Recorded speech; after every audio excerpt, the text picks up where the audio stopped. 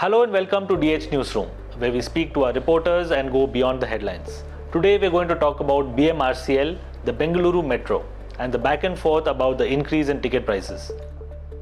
Namma Metro, which has the second largest network after Delhi, is already the most expensive metro in India. Now the fares were hiked by a massive 51.5% on average in 2025, but the BMRCL has announced a few days ago that the fares would go up by another 5% on February 9th. This has now been put on hold after public and political pressure, but the question remains whether the Bengaluru Metro is actually serving people and their needs. The fare hike has led to political mudslinging between the Congress and the BJP about who is responsible for the hike. Metro ದರ ಪದೇ ಪದೇ ಏರ್ತಾ ಇರುವಂತದ್ದು ರಾಜ್ಯ ಸರ್ಕಾರ ಇಷ್ಟು ವರ್ಷಗಳು ಹಿಂದೆ ಎಲ್ಲಾ ಸರ್ಕಾರಗಳು ಕೊಟ್ಟಂತೆ ಬಜೆಟ್ನಲ್ಲಿ ಶ್ಯಾಡೋ ಕ್ಯಾಶ್ ಸಪೋರ್ಟ್ ಏನು ಬಜೆಟ್ನಲ್ಲಿ ಮೆಟ್ರೋ ಕೊಡ್ತಾ ಇದ್ರು ಅದನ್ನ ಈ ಸರ್ಕಾರ ನಾವು ದಿವಾಳಿ ಎದ್ದೋಗಿದೀವಿ, ನಾವು ಖಾಲಿ ಟ್ರಂಕ್ ಆಗಿದೀವಿ, ನಮ್ಮ ಹತ್ರ ದುಡ್ಡಿಲ್ಲ, ಆ ಕಾರಣಕ್ಕೆ ನಮಗೆ ಕೊಡಕ್ ಆಗೋದಿಲ್ಲ, ಅದನ್ನ ನೀವು ದರ ಏರಿಸಿ ಪ್ರಯಾಣಿಕರಿಂದಲೇ ತಗೊಳ್ಳಿ ಅಂತ ಹೇಳಿದ್ದಾರೆ. ಆ ಕಾರಣಕ್ಕೋಸ್ಕರ ದರ ಜಾಸ್ತಿ ಆಗಿದೆ. My colleague Mutiur Rahman Siddiqui covers BMRCL for Deccan Herald, and he has consistently broken stories about the sector. Siddiqui, can you tell us what's actually happening with the Bengaluru Metro fare hikes? Nikhil, as you mentioned, that Bengaluru Metro was supposed to hike the fares by 5% from February 9th, but that decision has been put on hold temporarily, and that is subject to review. BMRCL is now going to reassess its cost and other things, and we will have more clarity in the days to come. There is some confusion when it comes to the ownership structure of the BMRCL, because if there is a bus fare hike, for example, people can protest against the state government. But who can they actually complain to when it comes to the hike in metro fares? Well, BMRCL is a joint venture between the government of India and the government of Karnataka, 50-50%. The government of India provides 20% of the funds. Government of Karnataka also provides 20% of the fund, but government of Karnataka also pays a lot more in terms of land acquisition and other costs. So it's a joint venture, and fare fixation is not something that either government decides. It is decided by the Fare Fixation Committee. So what is this Fare Fixation Committee? Well, and who do they report to? Well, unlike bus fares, for metro operations, you need a transparent and professional fare fixation mechanism. And that's where this FFC, or Fare Fixation Committee, comes in. It is a committee that is formed by the Government of India on a request from BMRCL. BMRCL told the Government of India that, look, we don't have enough money to repay our loans, to recover depreciation costs, etc. And then the Government of India in 2024 formed this Fare Fixation Committee, which had 3 members. One member was a High Court judge who was also the chairman, and then there were 2 members, each from Government of India and Government of Karnataka. Does the Fare Fixation Committee apply only to the Bangalore Metro, or does it govern all metros in India? Every metro system will have its own FFC, because it is from the request of the individual metro corporation that the Government of India forms this FFC. So why are riders being burdened with fare hikes again and again, especially with the Bangalore Metro? Last year there was a hike of an average 51.5%, and now again a 5% has been proposed. Okay. So what is the reason behind these year-on-year fare hikes? Is there an issue with the profitability of the BMRCL? Well, I want to first explain a little bit about the 51.55%. That was average hike, but the maximum hike was 71.43%. So that means if somebody was paying 20 rupees, they had to pay 35 rupees, and which is a huge thing if you are paying every month, right? And that was for certain stations? Yeah, that was for certain stations. For example, from Majestic to, let's say, KR something like that, 8 to 10 kilometer distance. Now, talking about profitability, Bengaluru Metro had operational profitability from day one. And what operational profitability means is that it was able to pay for its day-to-day expenses.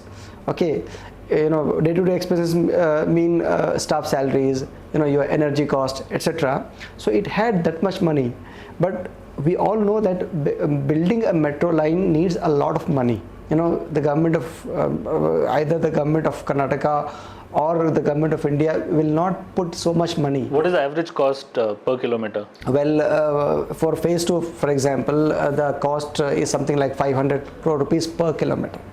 And for subsequent phases, it's going to be 600 kilometers, 700 kilometers, etc. Not talking about 500, 600 crores, you mean? Yes, 500 to 600 crore rupees for building just 1 kilometer of the network. It is so expensive. And how do you get the money? You get the money from foreign lending agencies, foreign banks.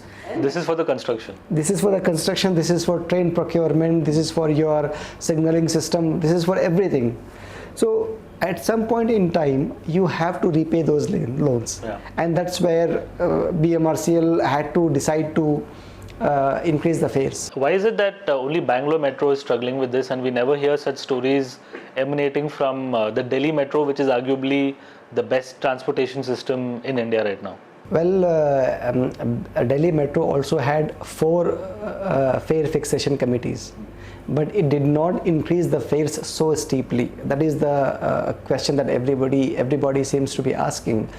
And there is a very important difference here, is that unlike in Bengaluru, the government of India gives a lot of money to Delhi Metro. Okay, the government of India also chips in if there is any shortfall in revenue. It did so with phase 1 and phase 2 of Delhi Metro.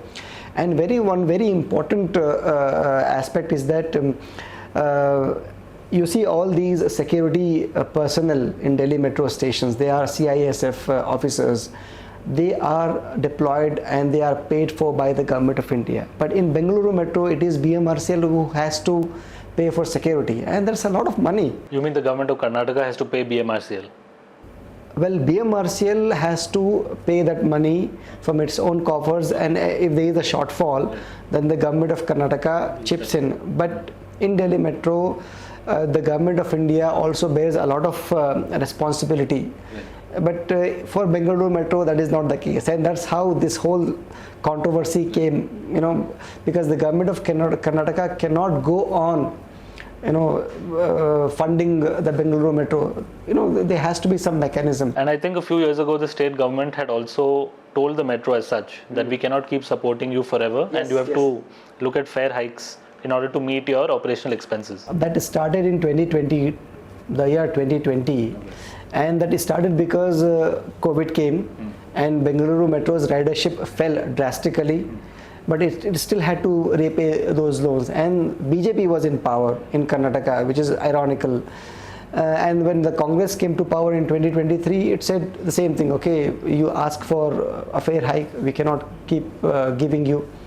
So what happened after that? When the BJP government approached BMRCL and told them to look for other means of generating revenue, how did that? What was the logical end to that discussion? So in 2023, when the Congress came to power, it basically continued with the same policy. It asked BMRCL to write to ministry for forming the FFC, because forming the FFC is ultimately the government of India's decision. But the request has to come from BMRCL, and that's what happened. So they went ahead, they formed the committee in 2024. And in 2024 December, the committee gave its report, and BMRCL implemented the hike suggested by the committee in February of 2025. So when were the last hikes that happened with the metro fares? One was last year. Yeah. And before that, when was the last June hike? 2017, that was a hike, but that was basically a modest hike of about 8 to 10%. And that hike had come, that was the first hike after Bengaluru Metro had opened. So Bengaluru opened in November 2011, right.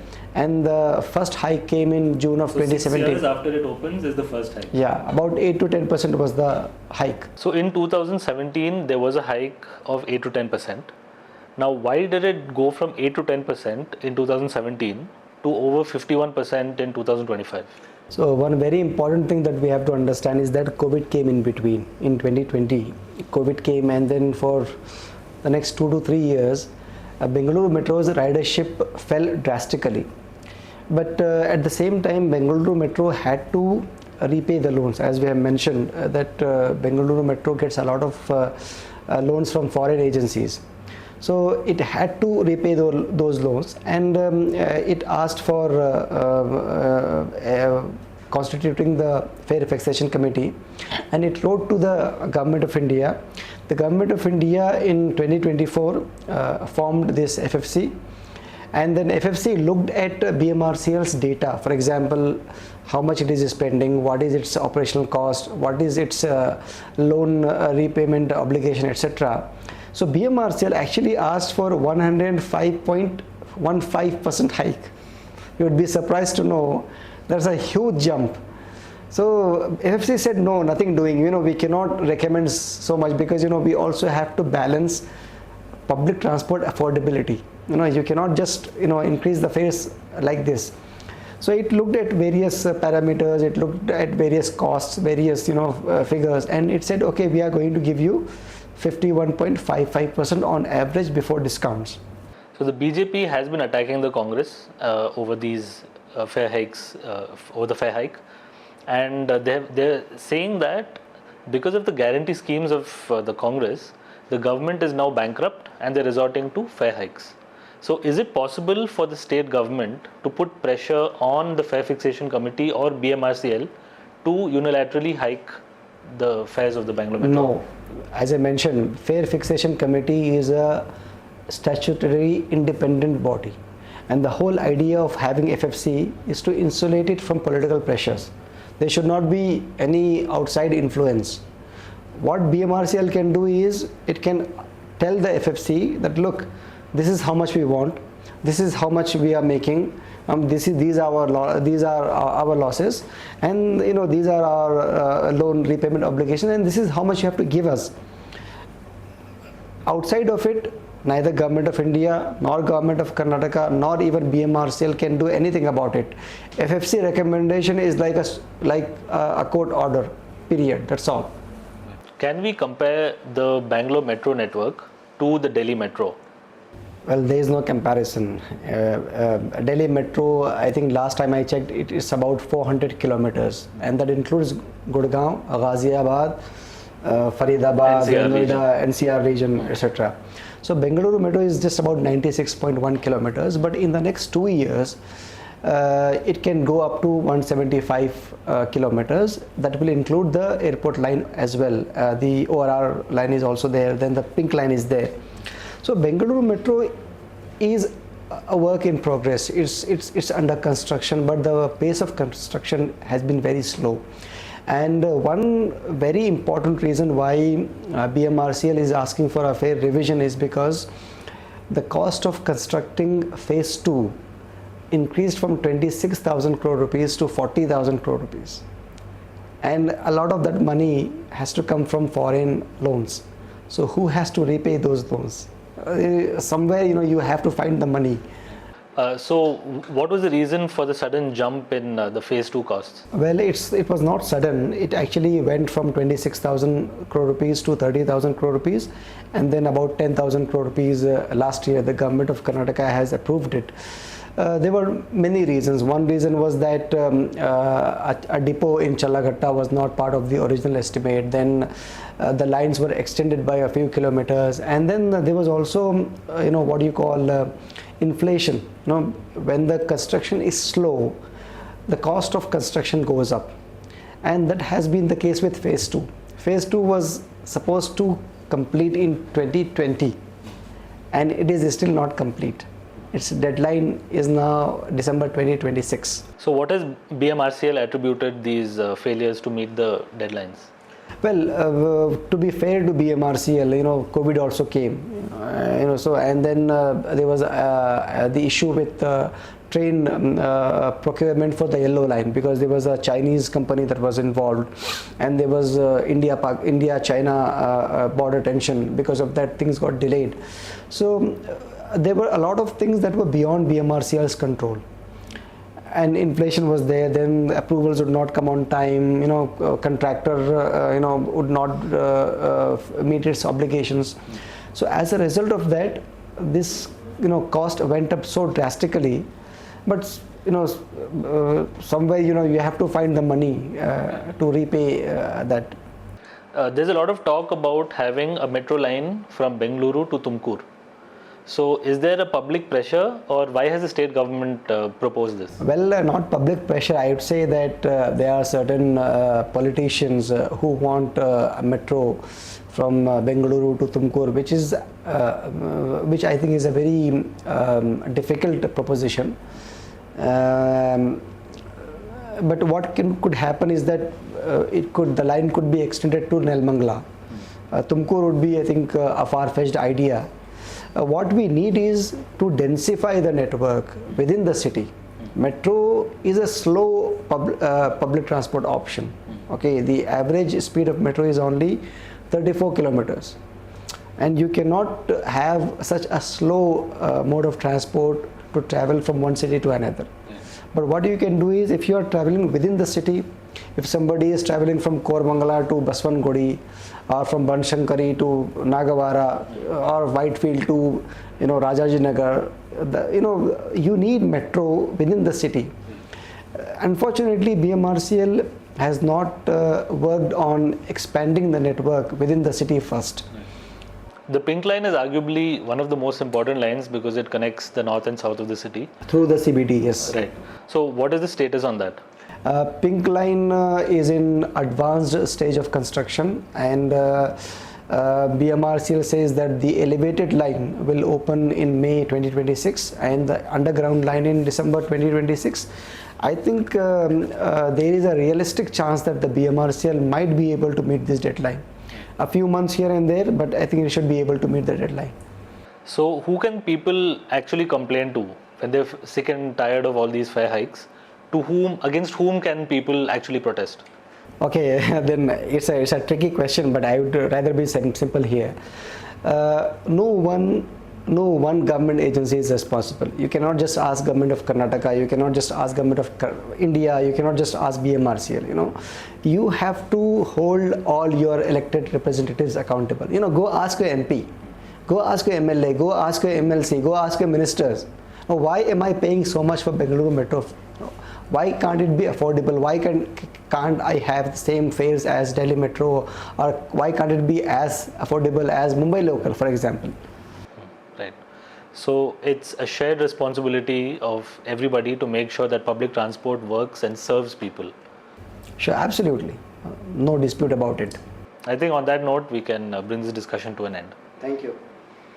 And thank you for watching DH Newsroom. For more such videos, don't forget to like, share and subscribe to the channel, and hit the bell icon so you never miss any of our videos.